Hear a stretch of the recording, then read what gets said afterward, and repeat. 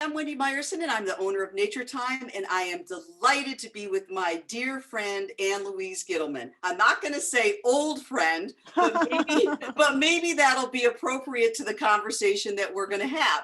For those of you who might not know who Louise Gittleman is, which I don't think that's possible, but just in case, Louise is internationally recognized as a pioneer in dietary, longevity, environmental, and women's health issues. She's an award-winning New York Times bestselling author of over 35 books on health and nutrition. Louise, I checked my calendar, and the first time you were here in Syracuse was in 2004. Oh my God, Oh, not quite 20 years ago. I know, in almost 20 years, I was going to say, time flies when you're having fun, doesn't it, Wendy Marson? It sure does. I'm so honored because Louise was a good friend of my dad's, back in the day. Louise and Dr. Crook and, a lot of pioneers worked together before what we know today of integrative medicine and complementary medicine certainly has come a long way, but 25 years ago, that wasn't the case, if you remember, when you first got started. No, there were very few voices of integrative and functional medicine out there, and we were kind of the lone wolves, the lone voices in the wilderness, so to speak. But thank God today there's an explosion of information, and now we have to grow older with resilience, vitality, and grace. So it's now the next frontier, which is radical longevity. Which is the name of your new book, Radical Longevity, the powerful plan to sharpen your brain, strengthen your body, and reverse the symptoms of aging. There you go. So that's what we're going to chat a little bit about today. It's been a long year plus for everybody, but what inspired you to tackle this topic? That's such a good question. I've tackled every other topic, from weight loss to detoxification to parasites to beauty to the environment to male health, men's health, hormones, etc. This was the next frontier, and I'm in my 70s, so this is what I needed to learn. It's kind of enlightened self-interest, which propelled me to write the book. And in so doing, I really uncovered some of the clues and some of the ways that you could age better, age with more resilience, with more vitality, with more fitness, and with more gratitude. And it really helped me on my own journey, and I'm hopeful it's going to help everybody out there that wants to age well, age better, and get the best out of what's remaining of our years till 120. I think we can live till 120 if we do the right things, because the body has the ability to regenerate and rejuvenate itself on every cellular level in the system. 120 sounds like a lofty goal, but I think that, your point is if you can live with gratitude, with intention, with good health, keeping your mind sharp, keeping your body moving, then 120 sounds like a great goal. But for a lot of us, aging becomes, a challenge, mentally and physically and emotionally. So I guess there's a balance there. There's a balance, but that's why I wrote the book, because I'm giving you all the checkpoints to see that if something goes wrong, this is how you have to deal with it. This is how you have to treat it. This is how you can manage, mitigate, and reverse it. You can actually reverse Alzheimer's based on the new research that I did for the book. So where do people begin? Is I read one of the inside the book about the word anti-aging. That's been a word that's been thrown around, for decades. And when I was in my 40s, I wasn't thinking about it. When I was in my 50s, I started to go, now that I hit the 60 threshold, it's like, I don't like that word. It's got a negative connotation to it. What are your thoughts on that? It's got a negative connotation to me too. I open up the book by saying I'm really pro-aging, not anti-aging. And the idea is that aging, Wendy, is a privilege. It's a privilege that's denied to far too many people. So I believe we can overcome that negative concept of aging. We can change it around, change the paradigm, and we can do it by understanding that the body can heal itself if you look in the right place for the solutions and the answers. And that's what I try to provide in each and every chapter of the book, where I talk about the heart, the bones, the brain, the sex drive, the hair, the nails, you name it. I talk about that. If you want to go to another level and really do rejuvenative therapies, it costs a little bit more money. You can do that too, but there are many inexpensive ways that you can stop the aging process and do it with gratitude, resilience, and vitality. So I think mentally we need to have people who are listening to this remove that anti-aging mentality, because that's such a negative, and use the word pro-aging, to be proactive in the aging process. You've got to participate in it and do things, because otherwise, how we live our lives probably isn't conducive to aging gracefully. Would you agree with that? Yes, but I don't talk about aging. I talk about saging. Saging. Oh, I like that. I like that too. I've kind of coined the term. I think I've heard it once before, but I like it anyway. So I'll give credit to whomever is out there. But I think we've got to be saging. And that's what's important. We should be wearing our age like a badge of honor. I've never been afraid to admit my age. I always wanted to say I was 10 years older so then people would think I really looked good. So I thought that was an advantage, but I haven't done that. So I see the word epigenetics. Am I saying it right? Yes. So what does that mean by utilizing epigenetics? So it's by utilizing those aspects beyond the genes, because your DNA is not your destiny. They say that the DNA loads the gun, but the environment actually pulls the trigger. So you can change what's in your DNA by positive thinking, a good mindset, spiritual practices, the right vitamins, minerals, and exercise. You can change your destiny. And that's very true of all of us, whatever age and stage of life we're in. And it's never too late. And that's the message of the book. I mean, that's a positive message because I think as medicine moves along and people, there's more DNA testing that's going on, you can get predictors to some diseases you might have, or if your family member had, like I remember meeting a friend in the grocery store and she had just unfortunately been diagnosed with breast cancer. And it was interesting. She said, my mom had breast cancer, my aunt, my sister, she just felt it was her destiny that she was going to get breast cancer. And she did. And I that stuck with me for a very long time about that mentality of just waiting for something to happen based on family genetics. No, if you have a predisposition, I have a predisposition to diabetes, type 2 diabetes. My whole family had it, but that doesn't mean I'm going to get it because I take every vitamin, mineral, benfotiamine. I take all kinds of things to really modify my blood sugar because I know that that's a predisposition. So if you know your predispositions, you do everything under the sun to overcome them so you can control, mitigate, and reverse. So people need to change their mindset that just because there's a family dynamic doesn't make them going to follow that path. No, but it means that maybe the area they have to concentrate on and make sure that they're really looking at the right nutrients, the right essential fatty acids, the right type of probiotic, the right kind of mindset to overcome whatever that disease manifestation really means on a cellular level. So I think, when you look at aging or radical longevity, do you think you start with the brain? Because if that starts to shift, the rest of it follows. So is that like, if you had to put things in order of importance, and I don't know if that's even possible, what are your thoughts on that of making sure you keep sharp and, try to stave off any, dementia, memory loss, or all the way to Alzheimer's? See, that's a good question. When I was doing the book and doing all my research, I found that the thing that scared the baby boomers the most, and I'm one of those in that category, in that generation, was Alzheimer's, losing the mind. So I would say you definitely start with the brain. And there's so many easy things you can do to start with the brain, whether that's vitamins, minerals, the Cinderella mineral, which I talk about in the book, the right kind of oils like coconut oil, the right kind of blueberries, broccoli, and beets, which are the 3 Bs to really help the brain. There's just so many things you can do to turn that around that shouldn't be something we're afraid of. It's something we should really take a look at and just make those changes 30 years before we get into our 70s. Means in your 40s.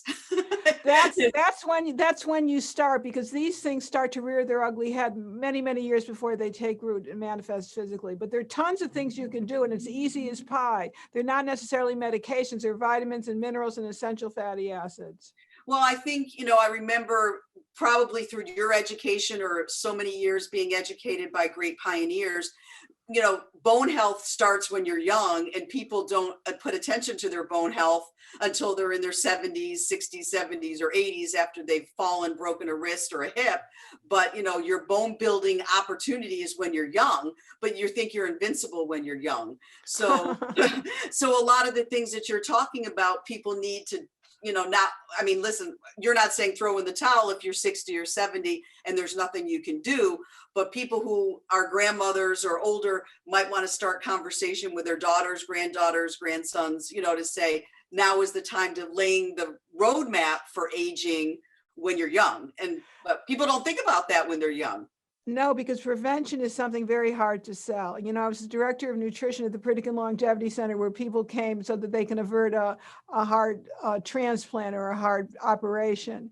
And I know that they did everything they could because they were really under the gun. But if you start 20 to 30 years earlier, none of these things necessarily need to manifest. So the most important thing you need to do to stave off aging and slow down the process of aging, or I should say saging, is give blood once a year. That's the biggest thing you can do. That's a real takeaway from this book, Radical Longevity. Give blood, clarify. Donate your blood once a year. You're donating to somebody that needs it in the blood bank, and it's helping you as the donor of the blood because it reduces the risk of heart disease, Alzheimer's, Parkinson's, and ALS. I've never heard that before. So by you, is that like having your body regenerate new blood by giving blood? Is that what you're saying? Or am I totally missing what you're saying? No, I talk about the importance of reducing iron stores as you get older, because that's one of the key factors that triggers brain disorders and cognitive dysfunction.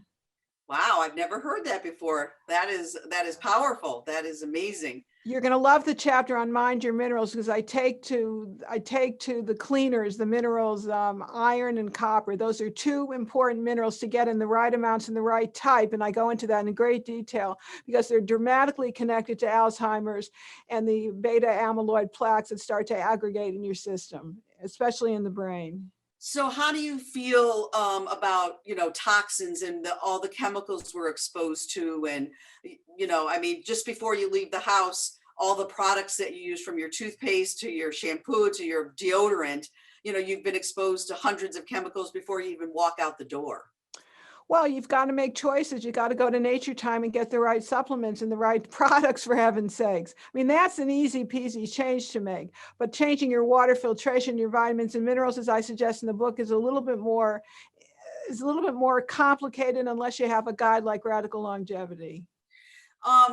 So food, I mean, clearly everything starts with food. How do we get people to connect what they're eating, their food choices, to what 30 years from now could be their aging process, or saging process, as you call it?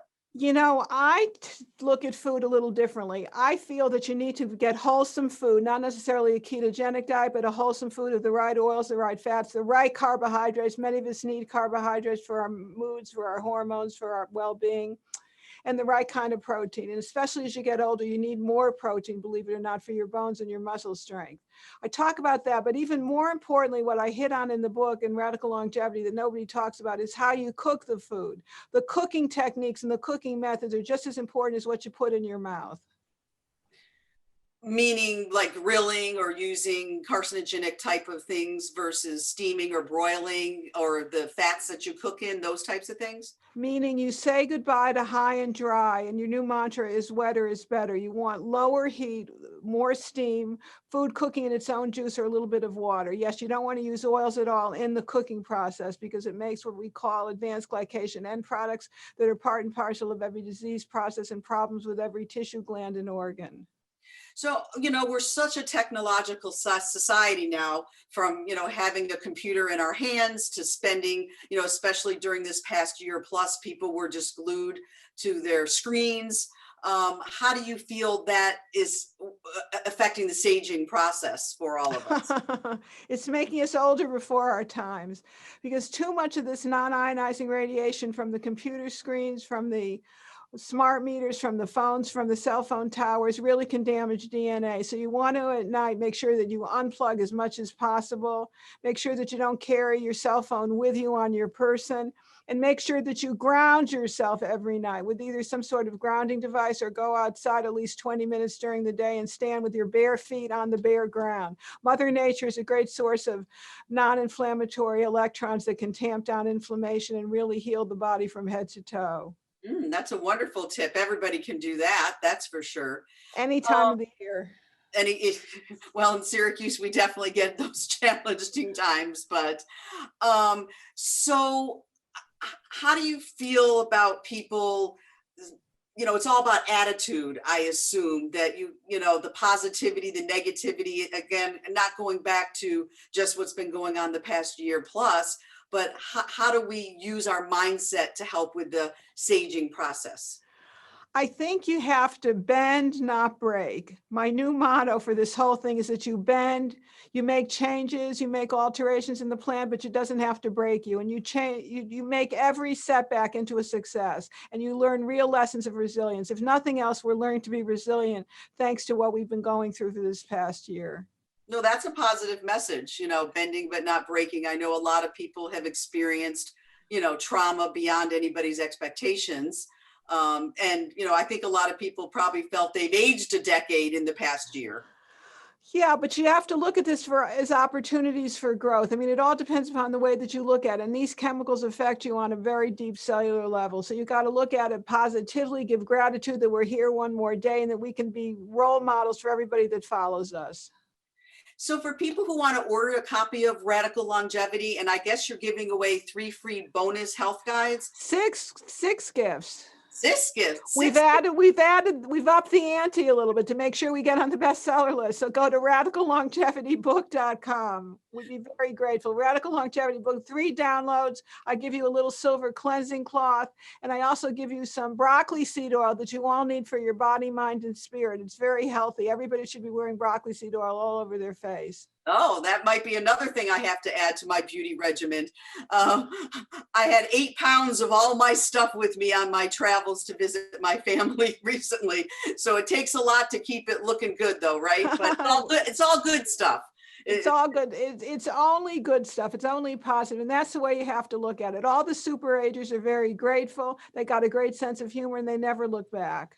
I mean, I think it's also accepting of the fact, as you reached a milestone birthday recently, I reached a milestone birthday recently, is just accepting not accepting that it's going to be negative, but just accepting, things change, the body changes, your look changes a little bit, but be grateful for those changes because the other option isn't a very good one, correct? That's the bottom line. There's only one way to look at things, and that's true. Failure is not an option here.